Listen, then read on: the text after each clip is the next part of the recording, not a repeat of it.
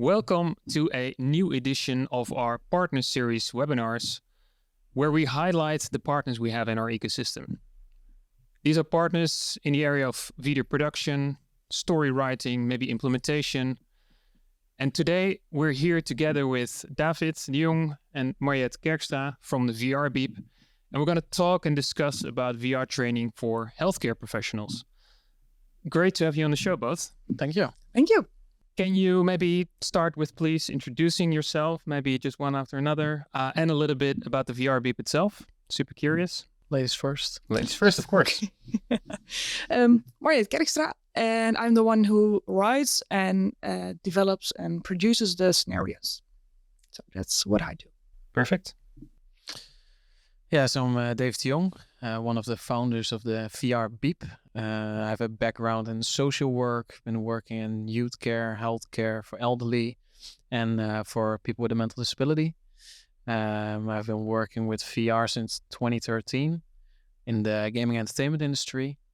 And then in, I think, 2019, I met Marjet and we started to do our first project together with Warp and training in healthcare for nurses. I see. So the VR Bieb, can you explain a little bit about that, what it contains, for who it is? Yeah, so the VR Bieb is a community-driven VR platform. We chose this model to find a way to make training with 360 video accessible and scalable and affordable, as the budgets in healthcare are quite low, but there's a big need for 360 video training. So we saw the opportunity and made like a Netflix model. So one price a month, which gives you all the content we have in our library, but also it will give you every 3 months a new scenario. At least that's what we do in elder care, but we're aiming to provide more sectors in healthcare with this community-driven VR model to give them the accessibility for this technology. Cool. And so you mentioned two things, the community-driven model I'm very interested in, but also the need for VR training or 360 video training in healthcare. Mm-hmm. Explain a little bit more about why the need is there, like what's happening need is there at the moment. Like at least in the Netherlands, there's like a burning platform. So we have more and more shortage of medical staff, well-trained staff. We don't have the time anymore to train the people we want to train. But also we have like a lot of informal healthcare, so which is given by caregivers. So it's a big challenge to provide them with the right tools and information and skill set. So train nurses faster, more efficient, and there are like practical elements in the 360 video which give them like the feeling they're in a real-time situation, which you can't really do with e-learning or standard learning that is available for them now. What was the other question? Yeah, about the community-driven aspect, but this explains a lot indeed for the need of training and let's say the power of VR. So maybe we can go into that a little bit as well. But I was also wondering about that community-driven aspect. Maybe you can explain a little bit about the content creation, let's say, and how you use the community, the healthcare professionals, in order to create these scenarios.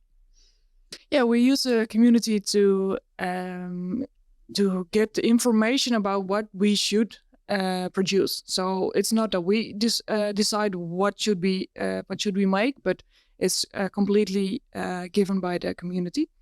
So they elaborate what kind of topics are hot in that organization, mm-hmm.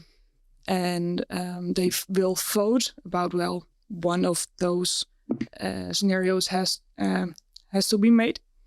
And then we will get going. Because it's not that we decide. It is the community that decides. Is the community always like on the same page? Do they agree with which topics are most relevant? Not all the time. No.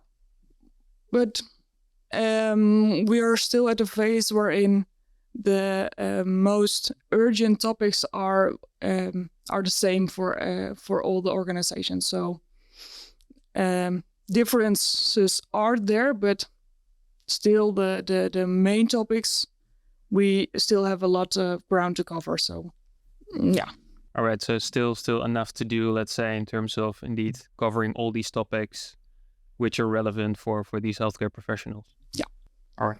Yeah, also, I think also what I want to add, the interesting thing is like for healthcare organizations, they make like a yearly plan. So at the moment, they already made a plan for 2024, but also where they want to focus on to educate their staff. So we see like a really nice combination in that. And I think also some topics like we had to develop. There was a lot of discussion because like sometimes, there's by law, there's like this new law came out, but like how do you translate a law to like the practicality behind it? So then sometimes we also find ourselves like together with the community finding a uniform vision on a certain topic, on a certain law or a new way of working, and together with the community like we streamline also like what does that mean and what does it like take to do that. Does that also mean that, whenever such a new law is there, that there's no training topic or there's no training material, let's say, in place, so no e-learnings or whatever? Sometimes yes, sometimes no. But if there's any, then most of it's like e-learning. So it's like the classical. So it's like there's a law, there's a policy, and then we need to make a training, and they quickly make like e-learning or tutorials like on video. But like, really, what does it take like in your daily work? Most time there isn't, and to do that with training actors or such, it's more of a challenge. So like with VR, you can train fast regarding that topic when a new law came out. I think a beautiful example is like the COVID scenario we developed between the first and the second wave. The first wave came and we were preparing for the second wave for the lockdowns. So between the first and the second, and then together we developed like in that heat of the moment, a scenario to train these nurses to go back to the nursing facilities, to contain this knowledge. So there were laws, there were like things that we're figuring out, but there was no training module there. And then with 360, you can really quickly make something really interactive. So does that also mean that if you do and build this with the community, that that's in itself a process to figure out kind of what the law is, for instance, or kind of what a procedure is or how it should look like? Is that also in that process of creating those scenarios? Well, we aim to create the scenarios with a team that consists of multiple healthcare employees from different kind of departments. So the theoretical, but also the practical kind. So it becomes a bridge between not only how it should be done, but also how it can be done. Yeah. So the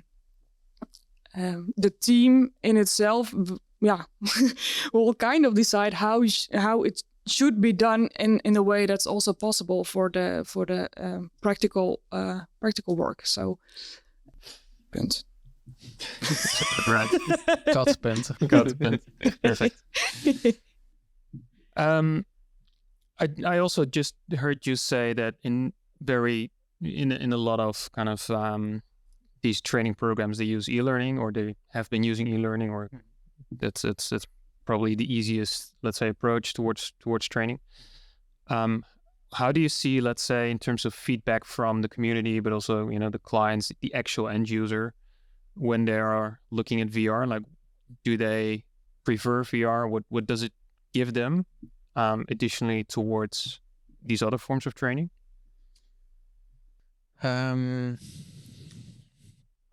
What we see is it for a lot of employees, it's for a lot of nurses the first time, so it's a new way of learning. So sometimes you have like it's cool, it's something new, it's different, but on the other hand, like you see a lot of like insights, and like that's at the moment itself. So they play the VR scenario and then they put off the headset and, for example, say, I've been working in health for 24 years, and all of a sudden I see that I can make decisions, that I can make a different decision. So just like breaking the pattern is very powerful. But I think also, these are the things we hear from themselves, or like the COVID scenario we developed for intramural, extramural. So like internally in the organizations, but externally. So like healthcare workers that go into the neighborhoods, and healthcare workers that work in a nursing home. And then of that training day, they both had to play the scenario. So looking also through the eyes of the other caregiver or the healthcare worker. So the funny thing was like, it was not like the aim to do this, but it was just part of the program because we had between the first and the second lockdown, we just didn't have much time. So it was just one training day. And the interesting thing was like, there were healthcare workers that like, a nurse said like, wow, so this is how you do your work in organizations, so you don't leave, because like so they had like respect for each other's job and like saw like the different view on healthcare in an organization, in a nursing home and outside. So those like things were just a really like, for me, like another bevestiging, another confirmation that it was like really, it's a really powerful tool. And a lot of work, like employees like it. I think when we did like one care organization, we did a training, and then some groups got the 360 video training and some didn't, and then they were like disappointed. They were like, well, we're not getting VR. Why are we really not getting? Why are we not getting VR? It's like, no, but they decided to do these groups, and these not. So they're like, oh, well, we also want to do VR. So that was really cool. So they heard about like what it was. Yeah, and that's something. It was already a buzz, new. let's say. Exactly. Another nice example for the different perspectives is we have a scenario that is about a woman who has fallen and there's blood on her head. And we made the same scenario, but from three different perspectives. So the one from the nurses, one from the assistants, and another one. And three different kind of jobs, all around the same case. And they are all very needed, but not the one. One is not more important than the other. Mm-hmm. And in this scenario, you can play it through the eyes of the nurse, even though you're maybe the assistant. And so you get more knowledge about what is the job. What I don't do some of these things. The nurse does that, but. Yeah, you do get a view from each other's perspective on how they perceive that situation. Yeah, and also, so there is more recognition. Niet het goede woord. Respect, Erkenning. maybe. Yeah. Renewed respect. Yeah, some kind of renewed respect for your coworkers, even though you're not doing the same tasks. Yeah. Even for managers, we had managers that tried one of our experiences or training modules, and he was like, he's like, I have renewed respect for all the tasks nurses have to do. This guy also working for many, many years, and this is like bonus because like we try to aim like to train people regarding a certain topic, but looking through the eyes of another person, like into a scenario, gives them so many insights, and that's why we're also really looking forward to having more sectors. We can't talk about that yet, but maybe for the next one. Oh, interesting. But like just like looking at the healthcare, like there's like so many different sectors that are so close to each other, but looking through the eyes from another sector can make people enthusiastic about working in that sector, because we need healthcare workers. It doesn't matter what sector in healthcare, we need more healthcare all workers over the place. Yeah, I think it's a completely undervalued, let's say, feature of VR. Actually, I think it's been called, before, the ultimate empathy machine. Like, you can really be in the shoes of somebody else. But really, applying this indeed, and then letting it play by managers. I think that's super powerful. I think that's completely undervalued, and can happen way more industries where you can actually kind of figure out how is it to be on the work floor while I'm the boss sitting somewhere else. Because sometimes things look very simple. So you have to get someone up from the bed, and you think about that. You just get the person up, but that's not just that simple. You have to think about where do you stand, or when will you help. It's all those different small choices that you can easily overlook. Yeah, and then we also developed one scenario that's unfortunately not in our library. It's like a custom scenario for one of our clients, but like they said, like especially we're saying with the empathy machine, like there is a lot of healthcare workers going into healthcare or studying healthcare, but then after 6 months to a year, they go out of out of healthcare because the expectations didn't meet what they wanted. So like we also made a scenario to like manage these expectations. What is it to work in healthcare? What are your tasks? Like, what do you say? What you do? Just to manage his expectation and looking through the eyes of somebody who works in that setting, just to manage expectations and the investment you have in healthcare workers, that they stay. Like the ones that are dedicated, play the scenarios that are still, what I've seen, I still want to work in healthcare. They invest in the right people, and you don't have like 50% walking out. Exactly. So they already get introduced to whatever they need to be doing even before doing it. Exactly. Yeah, It's not only really about washing butts. There's probably more to it. Yeah. It's much more complicated than that. And Exactly. that's very insightful for many of the people who are playing it. I can imagine that also during the process of creating these scenarios, you learn yourself quite a bit about, these healthcare My procedures. dad knows everything nowadays. Yeah, exactly. Put me in an organization, and I guess I will get a long the best way. trained new employee, let's say. Yes, amazing. What about implementation? I'm also curious. So it's already mentioned. VR is something new. Some perceive it also as fun, as innovative. But eventually, it's obviously about the value and training these healthcare professionals.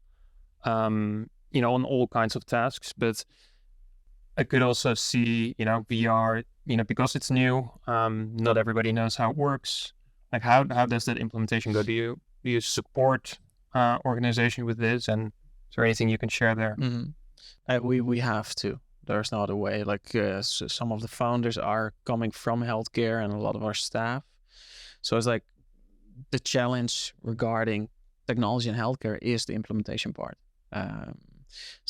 Besides making a great product, we also do a lot of implementation, like a stakeholders matrix.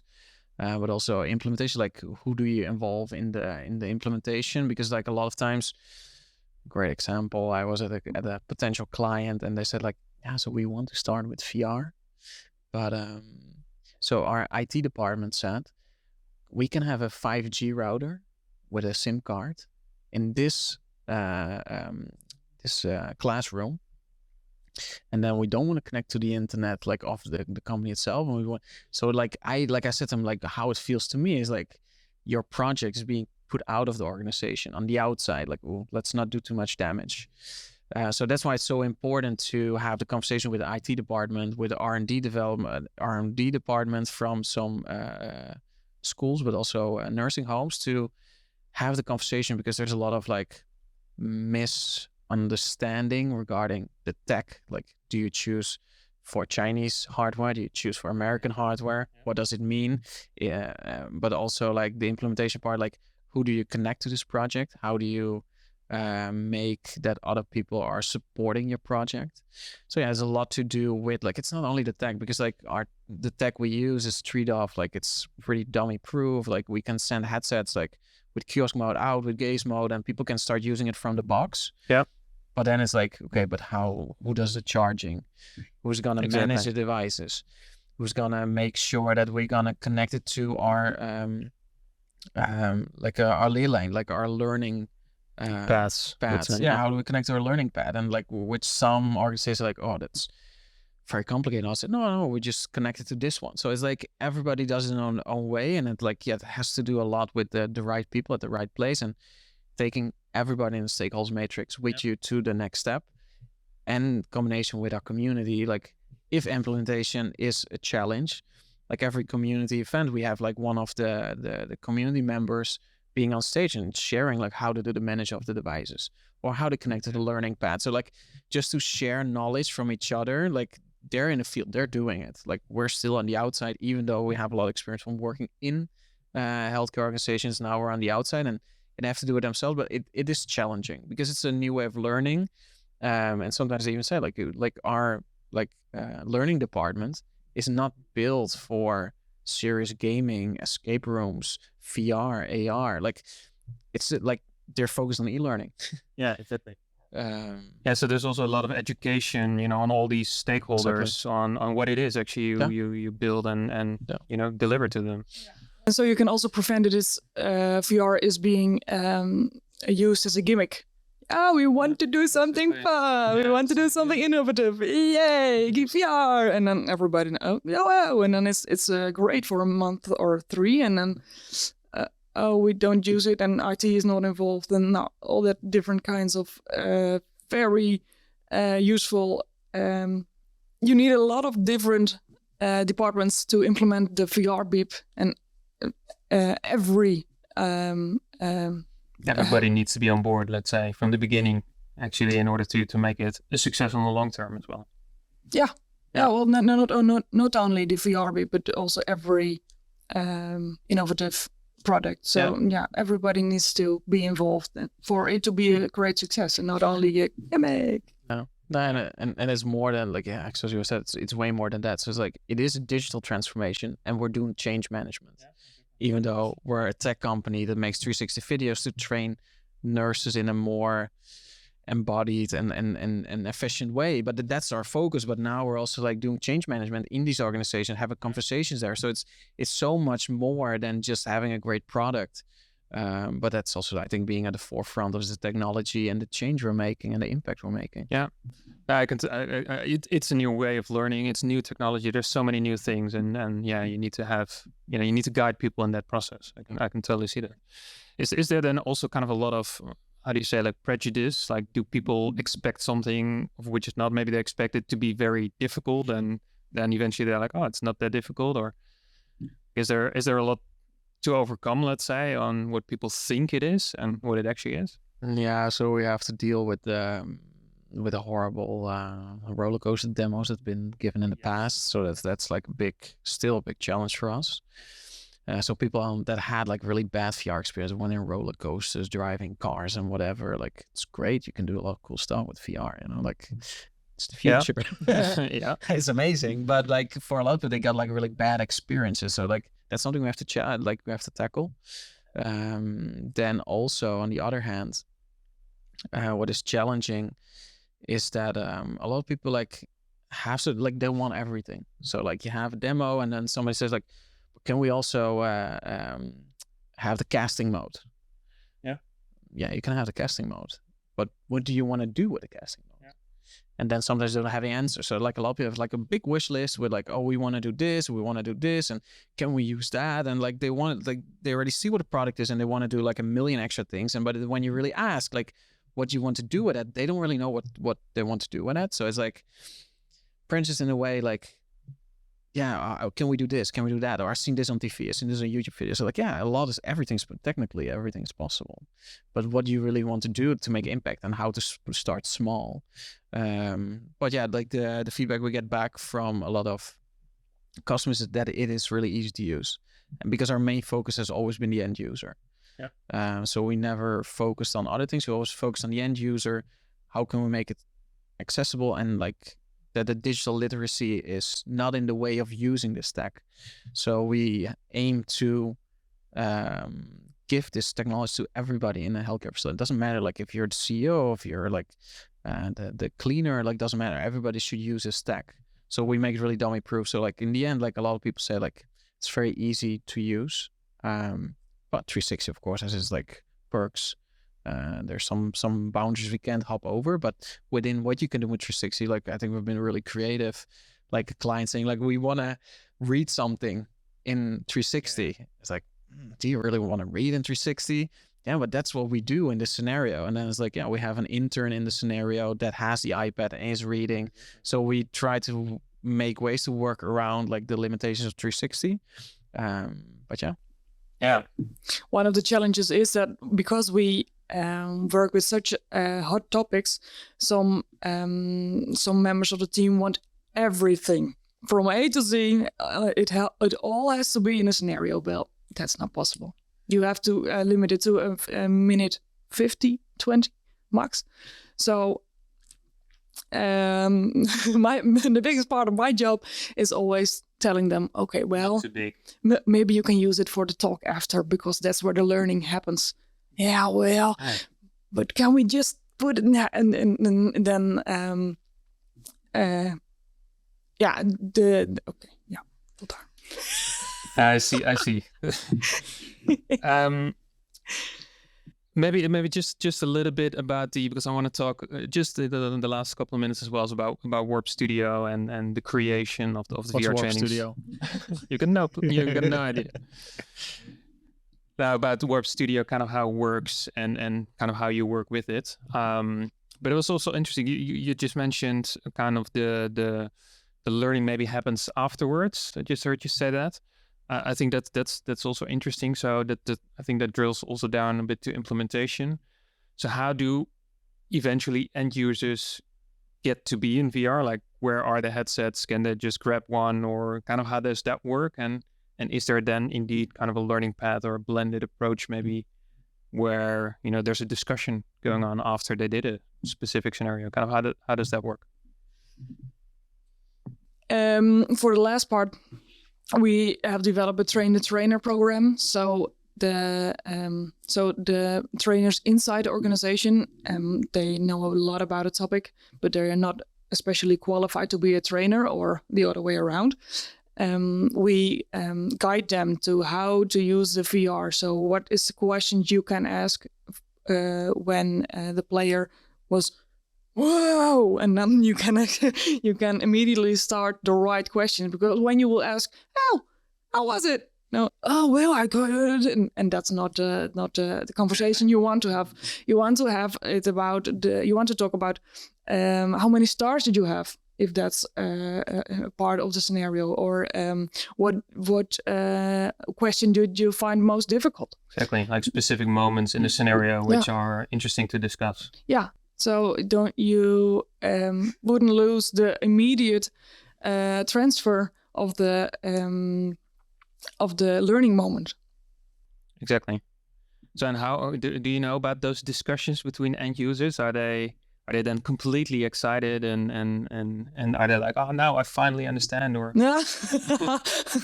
well, that would be great, but what we want to do is about impact. So, in my opinion, the most impact is created when one, of course, man knows. One knows, what should I do when this person is joking? What should I do? Or what can I do to prevent it? It's absolutely, knowledge is one of the things we want to accomplish. But the discussion they can have between themselves, from everyone that's in that training, because we don't want the healthcare worker to be alone and put it on and then go on with the day. We like them to be in a training with just two trainers, and a couple, 15 for my part, of their co-workers, so they can discuss what have we seen. And every scenario we end with a question they can discuss about. So what did you find the most important thing you learned in this scenario? And then story based, of course. So that every scenario ends with a start of a discussion. Yeah. Because that's what I think is most valuable. I think that's very powerful. As we've heard before as well, that especially that kind of conversation, the discussion afterwards, if multiple people had the same experience, but maybe they made different choices, then that's fuel for discussion, and a lot of learning actually happens at that moment. Yeah, it's amazing. Yeah, I think this is one of the first we both did a master series gaming, but I think it was one of the first things they discussed the first few weeks. Like the learning moment happens after the game, not in the game itself. Of course, like it makes things going, but like the conversation afterwards, like the debrief, is the most important. Then that's the moment you really learn. Yeah. So that's why also when we sell our VR, we say this is not the solution. We are not the solution. We're just a tool. Mm-hmm. And then from means there, to an end. Yeah, exactly. Yeah. Maybe kind of as a bit of a last topic, and then I'm also going to ask you kind of what we're still missing and if we need any other questions. So we've been talking as well, obviously about the scenarios, but also about the ease of use. Maybe a little bit about the ease of creation. But you built these scenarios in the library with our tool Warp Studio. Can you mention anything about that? Kind of how that process is going? Maybe also with the community. On that scenario creation process, like how does it work in terms of, the creation of the scenario, also including the filming? About the software itself? Yeah, how you work with the software and how you actually use it. Well, mostly the meetings are online, so I share screen, and I will firstly start with extracting the information about what I said earlier. Not everything can be in a scenario. So what 5 main questionable actions you can do in this topic should we dive into in this scenario. So that's where it starts, and those 5 I immediately turn into the scenes, into the blocks, and then directly in Warp Studio, sharing your screen so everybody can view. And that's where it starts, and then I will add every scene to okay, so what shouldn't you do when you are in front of a joking client? What shouldn't you do? And that way path turns out. Exactly. Yeah. And for the team that's attending online, that's very useful to immediately see the storyline. And well, there isn't a story yet, but the questions are there. So the kind of the procedure is there. Yeah. And from that point on, you build the story. Yeah. Well, we do an iterative. Yes. Yeah. Okay. Absolutely.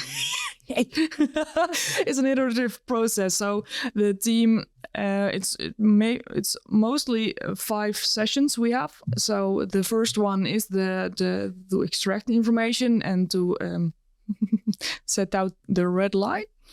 Yeah, yeah, like the main path, let's say. Yeah, and then I will get to it and think about, what could the story be? And every time I write something, I add something, and then the team will get together again, and they will like, yeah, that's okay, but that has to go. And so we build with each other the entire scenario. So because I'm not from the practical work floor and in the healthcare, so I don't know what should you say exactly.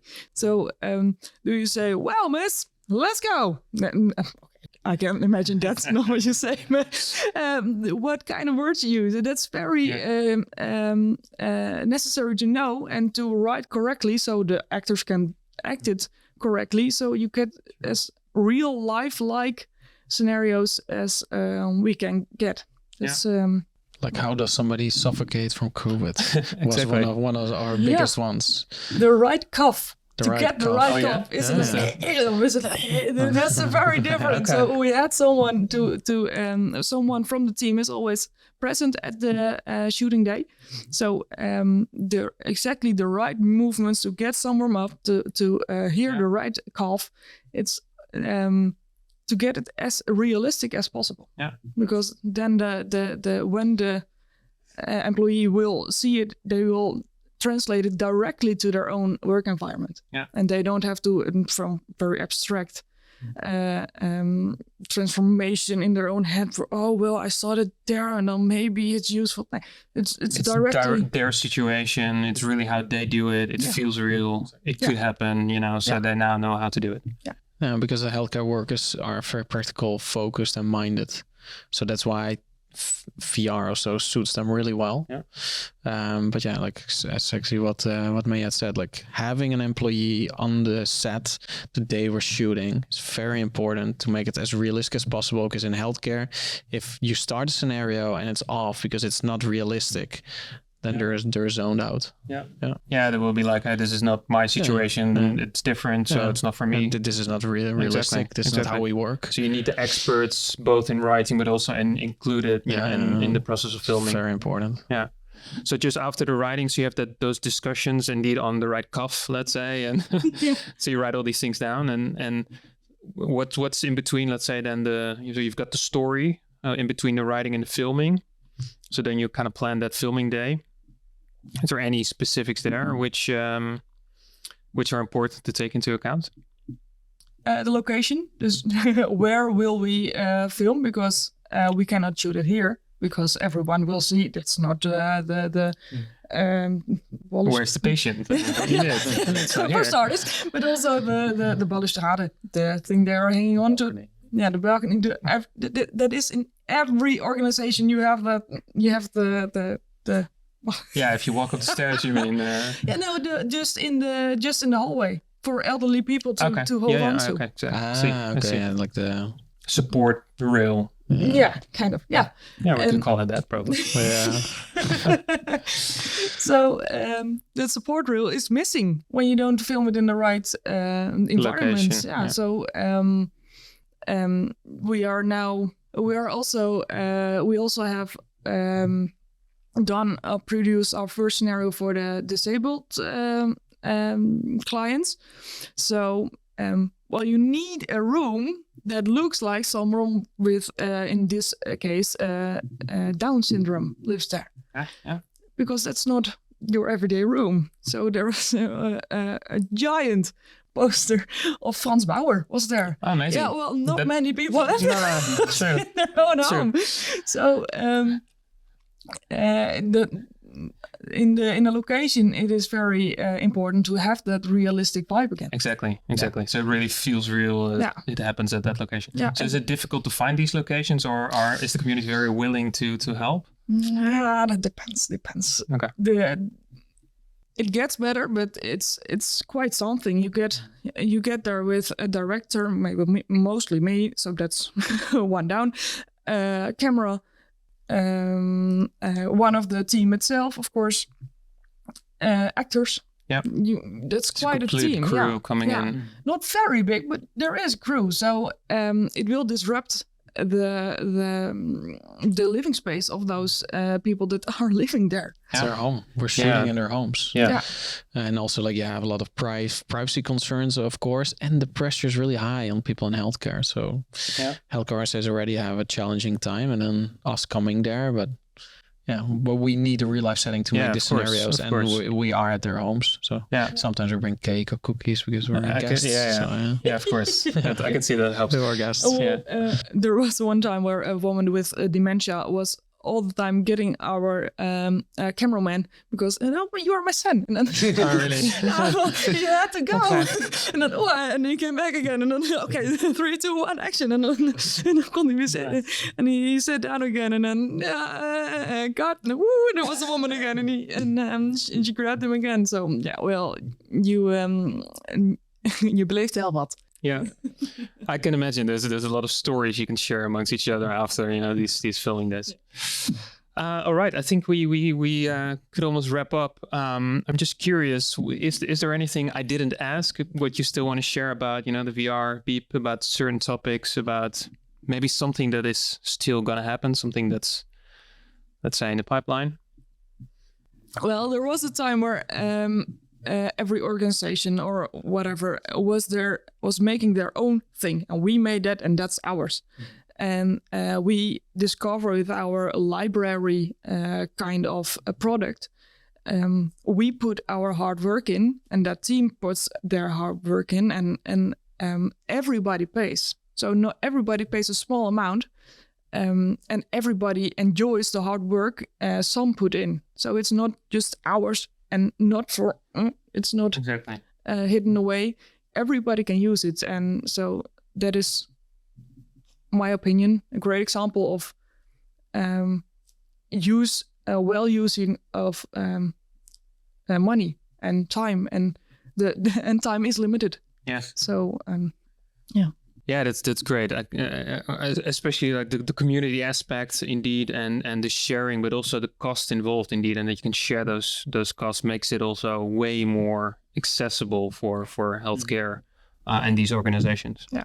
No, because in the end, it's taxpayer money. So like in the Netherlands, we all pay our dues to have money going this way. So we're using taxpayers' money. We want to use it the right way. Efficiently, yeah. And especially what Marjet said, like when we started, like we created one scenario in a care organization. Like I remember my CEO then saying like, like it's great we developed this here, but maybe keep it a little inside. But in order to make this successful, we need to share. We need to go over the boundaries of our own care organization.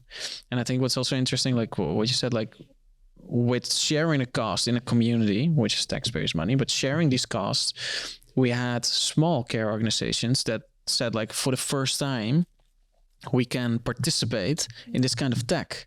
Yeah. Because normally we can't, because it's always the big care organizations, nursing homes that develop things. And then especially when I said, like, a lot of people think still on a little island. So like, this is our organization, or this is our region, and we're going to develop it here, and we're not going to share.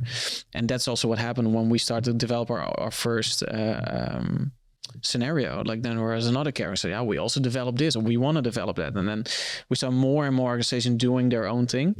And that's what we did with the VR Bieb. So having all this content in one place. And if somebody wants to develop something, a custom scenario, it's still possible.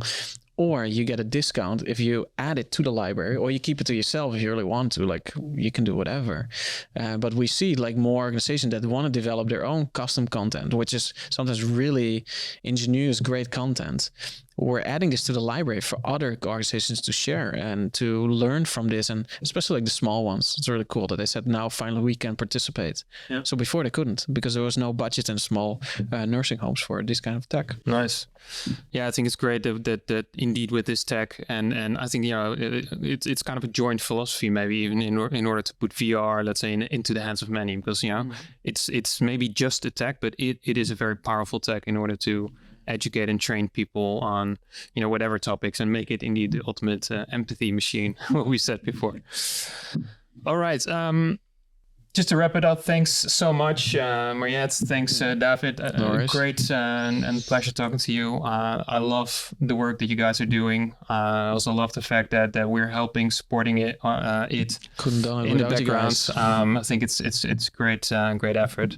Thanks so much, and well, maybe let's do this again sometime. Well, let's go. Thank you all for watching this webinar, this partner series together with the VR Bieb. I hope you all enjoyed it, and hope you tune in next time. Bye-bye.